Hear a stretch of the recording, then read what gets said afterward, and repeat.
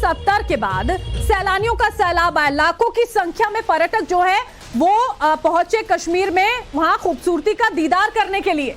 और देखिए कोरोना के चलते 2020 में टूरिज्म इंडस्ट्री ठप रही थी। पूरे देश भर की बात है, ये सिर्फ कश्मीर की बात नहीं है। लेकिन 2021, 2022, 2023 में बड़ी तादाद में टूरिस्ट, चाहे वो देशी हो या फिर विदेशी हो, वो कश्मीर आए और यहाँ की खूबसूरती का दीदार भी किया है। बिल्कुल। और देखिए 2022 में अगर हम बात करते हैं, संख्या बताएं आपको हम, 1,88,00,000 सैलानी कश्मीर पहुंचे थे। सबसे बड़ा आंकड़ा था 2022 में जो निकलकर सामने आया था, जिसके बाद होटल हो, हैंडीक्राफ्ट्स हो, ट्रैवल का जो सेक्टर वहां पर था, उनकी आमदनी बहुत ज्यादा यहां पर बढ़ी थी। अकेले बागबानी सेक्टर यानी 20,000 करोड़ की आमदनी यहां पर हुई है, तो आप समझिए कि बाकी के क्षेत्र का क्या हाल रहा होगा। और इसीलिए कहते हैं कि घाटी में भी अब अमन है, अब सुकून है और यहाँ पर बरकत भी है और रोजगार भी है। नैना बनी हुई है हमारे साथ। नैना, लोगों से भी आप बात कर रही थी, हम देख रहे थे कि सुबह सुबह जब दुकानें खुल रही थी आप वहां पर पहुंची थी, बात कर रही थी।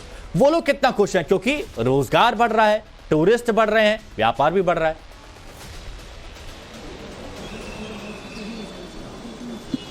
बिल्कुल हिमांशु, जो आंकड़ा सामने आया हाल ही में 1,88,00,000 सैलानियों का, ये अपने आप में एक रिकॉर्ड आंकड़ा है। और अब उम्मीद भी यही एक बढ़ जाती है कि जब G20 का डेलीगेशन यहाँ पर आया, इसके बाद में एक शांति और तमाम संभावनाएं जो हैं वो कश्मीर से निकलती हुई नजर आती हैं। लोग तो उत्साहित हैं, लेकिन लोग क्या मानते हैं जरा समझते हैं। क्या नाम है सर आपका? मेरा नाम सिकलान है, पोलोवी मार्केट का स्पोक्स पर्सन हूँ।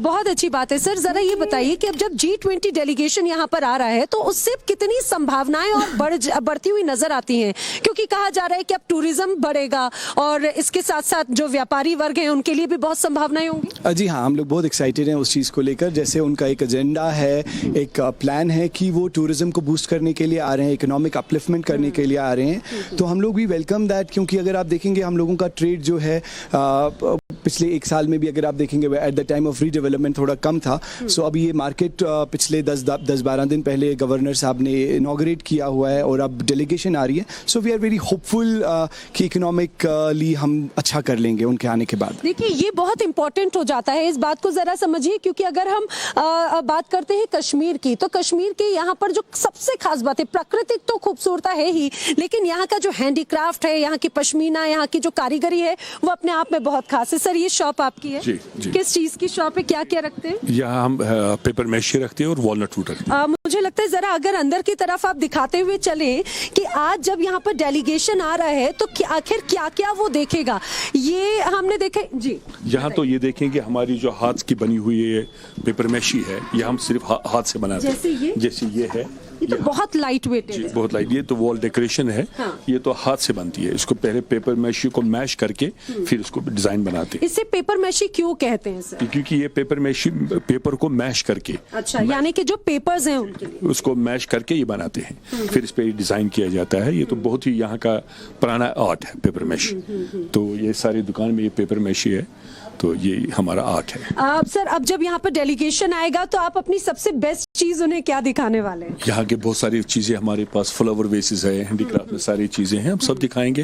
होप है कि वो यहाँ से खरीदारी करेंगे तो बहुत अच्छा रहेगा। सिर्फ खरीदारी करेंगे या फिर बहुत कुछ अब देकर भी जा रहे हैं? निवेश की भी बातचीत हो रही है काफी, इसके पहले भी कई तरह की डेलीगेशंस आए, अब आप लोगों को और उम्मीद नजर आती है? नहीं, हमारी उम्मीद ये है कि ये तो फॉरेन डेलीगेशन है, इसका हमारा फॉरेन बिजनेस बढ़ जाएगा। तो डोमेस्टिक है, इंशाल्लाह डोमेस्टिक भी चलता है, तो फॉरेन, इससे ये होप है कि फॉरेन डेलीगेशन है, फॉरेन बिजनेस हमारा एक्सपोर्ट। सर एक बात हमेशा कही जाती है, इस तरह के जो कार्यक्रम है उसका एक मुख्य उद्देश्य होता है कि भारत में निवेश को बढ़ावा देना। किस तरह से देखिए इंपोर्ट की बात करें, एक्सपोर्ट्स की बात करें, वो यहाँ पर बढ़ेगा, निवेश बढ़ेगा, इन्वेस्टमेंट बढ़ेगा, तो उसी के साथ में यहाँ तमाम रोजगार जो है वो जनरेट होंगे, फायदा मिलता हुआ तमाम दुकानदारों को भी अपने अपने काम में नजर आएगा। एसपी वैद साहब जो है पूर्व डीजीपी जम्मू कश्मीर के, वो भी हमारे साथ लगातार बने। वैद सर, मैं उम्मीद कर रही हूँ आवाज मेरी आप तक पहुंच पा रही है।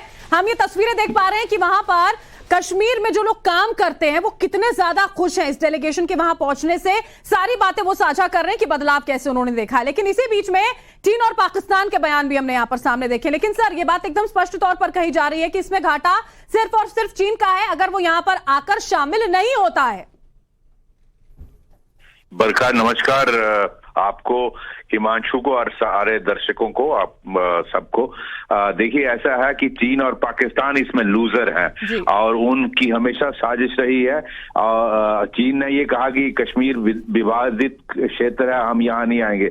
अगर कुछ विवादित है तो मैं कहूंगा कि पीओके है, वो अक्षय चिन्ह है जो चीन ने इलीगली ऑक्युपाई किया है। जो तिब्बत है जिसको उन्होंने इलीगली ऑक्युपाई किया, वो विवादित है। ये कश्मीर भारत का अटूट अंग है और रहेगा हमेशा। आप देखिए किस तरह से पाकिस्तान के foreign minister Bilawal Bhutto SCO की मीटिंग में आकर ओपनली थ्रेट देते हैं कि हम अप्रोप्रिएट टाइम पे भारत को एक जवाब देंगे और भारत उस पर पछताएगा।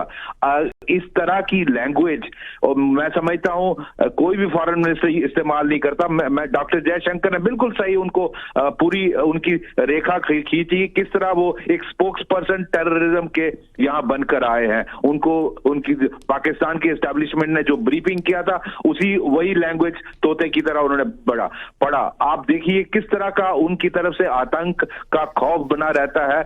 उसके बावजूद आज कश्मीर में आप सोच सकते हैं कि फॉरेन डेलीगेशन शॉपिंग करेगी। आप सोच सकते हैं कि रात के 9 बजे बाजार खुला होगा। कितने उत्साहित हैं लोग कश्मीर के इस बदले हुए हालात को देखते हुए। पिछले 32 सालों से वो पाकिस्तान के टेरर के विक्टिम रहे हैं। बिल्कुल एसपी वैद साहब, मुझे अच्छे से याद है पहले भी जब आपसे इस मुद्दे पर बात हुई थी, जब कश्मीर फाइल्स का जिक्र हो रहा था, तो आपने बताया था कि एक दौर वो था कि शाम को भी लोग नहीं निकल पाते थे, डर के साए में जीते थे।